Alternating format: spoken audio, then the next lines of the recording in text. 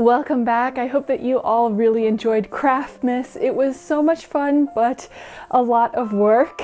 Before we head into the new year, I thought today it would be fun to go through the knitting journal that I started partway through this year, just to kind of go over what we knit together and what we made together. I hope that you'll enjoy looking through this notebook with me together. I'll have you set up in two different places, so hopefully you can get a little bit close-up view as I'm talking through this as well. So first things first, I want to talk a little bit about the notebook that I decided to use for this yarn/knitting project record. And this is actually from Isla. We traveled there this summer and they had a woolen mill that I was allowed to go inside. I have a little bit more information on that trip and the woolen mill and the weaving mill as well on a video on my Patreon if you want to check that out. But that was a wonderful, wonderful trip. And this was woven there and created into a notebook that I decided to use for my journal. I started this journal in July of 2022, so it doesn't include everything I've knit. This is also only knitting. I do a bunch of other crafts, but this is just for my knitting. So let's start here with my Victorian bicycle bloomers. Now, this is a pattern and this is a project that I've been working on for quite some time. I want to make a 1890s bicycling outfit that is entirely knit. I have John Patton's knitting and crochet book from 1899 that has patterns for the tam and the gloves and the socks, and I've made all of that already. I just need to make the bloomers and the jacket, but I ran out of yarn. And with the move and everything, my yarn literally got misdelivered across the country from me, so I'm trying to track that down still. But once I have it, then I'm going to finish this project. So this is from that John Patton's book in 1899. I'm using Knit Picks Simply Alpaca Aran, and I hand dyed it with blue food coloring to match some antique yarn that I have, or at least tried. I started knitting it in 2021 and I have not yet finished it, and I have no notes as of yet. So that's still kind of an in progress thing. This next piece is one that I don't think I've ever shared with you before, and it is a 1930s lady sport vest. The pattern is from Monarch Yarns, that's number 303, and I use Knit Picks palette yarn in three colors: a black, a red, and actually four colors, a gray, and then like a heathered color. And this is a 1930s vest that I actually sent off as a gift to someone else who was making a 1930s like sailing ensemble. So I think you know who you are, and I hope that you're enjoying this vest. I did see the rest of the ensemble and it looks absolutely gorgeous, and I hope that at some point we can share the full piece all together in one. I started knitting this in May 2022 and I finished knitting it in September. I have some notes on this. So the front panels were shaped well when I was following the instructions, but the back panel just didn't make any sense to me. I didn't understand what was going on, and I ended up having to sew it up and then cut it and steek it to shape because the back panel just turned out really wonky. And it also turned out quite large for how I knit it, but I do like how it ended up turning out. I don't know if you can see very well from the pictures that I took there, but it was a super cute vest. The next page is blank. I usually try to start a page whenever I start a new knitting project. I could fill out more information for this, but I haven't yet, so maybe I'll put some things up on the screen so that you can see it. So this is for my mom. It's a hat that I promised I would make her from years ago now. The pattern, I don't know exactly what the pattern name is, but I'll look it up and I'll let you guys know. And it's called kind of Merry Dancers. It's supposed to be emulating the Northern Lights in a hat for my mom. And I started knitting it on October 2nd, 2022. Hopefully I'll finish that soon. I have made good progress on it. I just haven't finished it yet. The next is one that you've seen on the channel. It is my Marguerite sweater, or my Daisy sweater, that I made in Knit Picks Lindy Chain. I used this kind of light seafoam green as the main color, the darker green for the leaves, white for the petals, and then yellow for the center of the flower. I started knitting it in June 2022, right before we started the cross-country move, and I did finish knitting it in October of 2022. For notes on this particular pattern, I did make it 2 inches longer under the arms, and it fits perfectly. So about 14 inches under arms for sweaters that I want to wear untucked is the right fit for me.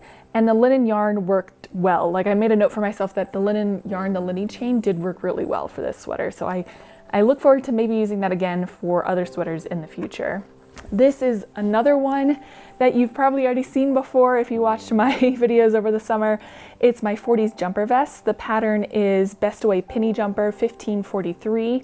and I used a sock bamboo yarn and an alpaca yarn. I don't know the exact yarn names anymore, but the main color is this kind of blue, and the accent lace was in this white, and it worked out really well. I also started this one just before a cross-country move in June of 2022, and I did finish this one first in August of the same year, of this year, still this year. For some notes, I did make this sweater 2 inches longer than the pattern stated, but this pattern is a juniors pattern, which meant that it was 12 inches total underarms rather than 14 inches total underarms, and this was too short. So I really, I do like this sweater. If I do plan on knitting untucked sweaters in the future, I really have to shoot for closer to 14 inches under the arm for it to fit me comfortably.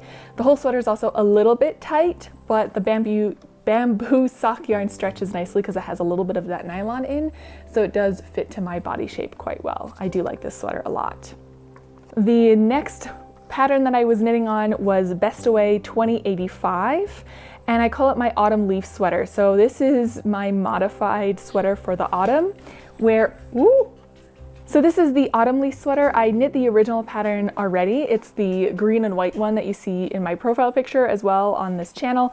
And I turned it into maple leaves, and I used my knitting machine to knit this one. I used a autumn hand-dyed yarn for the color work from Essence of Autumn, and Knit Picks Alpaca for the white contrast at the top. I started knitting it in October, and I finished knitting it in October because I used my knitting machine, like I said, so that went a little bit quicker. I tried to make the sweater, like on my notes, 14 inches from the underarm, but I was having some issues with making the tension exactly right, so it ended up getting only 13 inches, which is a little too short, and the tension was a little too tight, so the sweater it's tight when I wear it, although I do like it very, very much. Yeah, and everything was knit on the machine except for the colorwork portion, which I did knit by hand.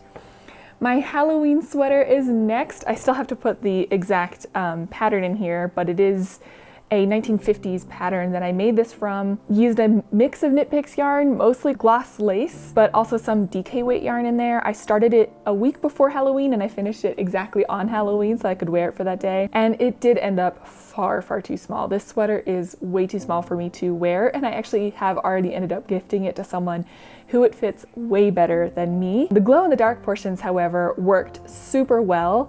It lights up so well in the dark, and then in the daytime you really can't tell that there's glow in the dark threads added together with a white. The most recent thing you probably saw before this sweater that I'm currently wearing is making I called it a hoard of CSM socks. I use the pattern Simple Socks by Dean & Bean, and Dean & Bean is where I also got my knitting machine from. I started knitting it at the beginning of November, and I finished it at the end of November, and I ended up knitting 20 pairs of socks, 18 of which were just the simple socks, and 2 of which were some more fancier patterns, and I ended up giving many away as gifts, and I'm so glad because so far I've gotten nothing but positive responses from that, and I'm glad that everyone can enjoy them, especially with this cold snap that we're having right now. So now that we've gone through the entirety of the ones that I've knit since July, I think it's time for us to fill out the notebook for the sweater I just finished, which is my 1950s ski sweater that I am currently wearing. And I have a slightly different idea of how I want to set this up. So some of you might remember that I had created some stickers and mugs from designs that I created, and I had a really good response from them, and I'm so glad that quite a few of you have already enjoyed them. But I will say that I had some trouble with the production company that I ended up going with, and I tried different ways of making it work, and it's hard when it's not coming from me for me to be sure of the quality and experience that you're getting. And I have thus made the decision to no longer use a production partner in order to create these designs for you, because I have so many other ideas on what I could use and what would be useful for me, like when I'm keeping my yarn notebook, making this sticker sheet. So I remember, because usually I have to flip back and forth to remember what exactly I want to include for each of my knitting patterns, and this has, prompts for me to remember and cute stickers to decorate, which just helps me a lot in keeping my yarn book or my knitting book more organized. So I have decided to start moving the creation of those stickers, and maybe at some point in the future, if I can make it work, the mugs in-house. So I am currently printing and making my own die cut stickers, which will be available in my Engineering Knits Etsy shop. So I'm going to close down my secondary shop from 12 Threads because I'm no longer going to be working with production partners, and it's all just going to be coming directly from me. I will be designing and making all of the stickers. So far, only the die cut are the ones I'm happy with. I've started making kiss cut sticker packs like this, but I'm not 100% happy with them yet, so I want to spend a little bit more time getting it to a point that I am happy to share it with you all. But if you are interested in the die cut stickers, those will be available in the Engineering Knit shop, which will be linked down below. So to fill out the information for this sweater, we have, first of all, our project is the 1950s ski sweater. And here we go. And the pattern, the yarn began. And I'm gonna decorate it with a really cute sweater sticker because it's fun. There we go. All right, so the pattern is 5560. The yarn was Knit Picks Swish in blue, red, and white. I began it in November of 2022, and we finished it together in December of 2022. And as for notes, what I would add to this is that I kept the original length guidelines, and it worked really well for tucking it in. I would catch the floats. I caught the floats every 7 stitches or so, and I would rather catch the stitches every 4 or so and try to knit it in the round next time because the color work was a little bit of a doozy to try to do the way that it was mentioned in the pattern. So catch floats every 4 in future.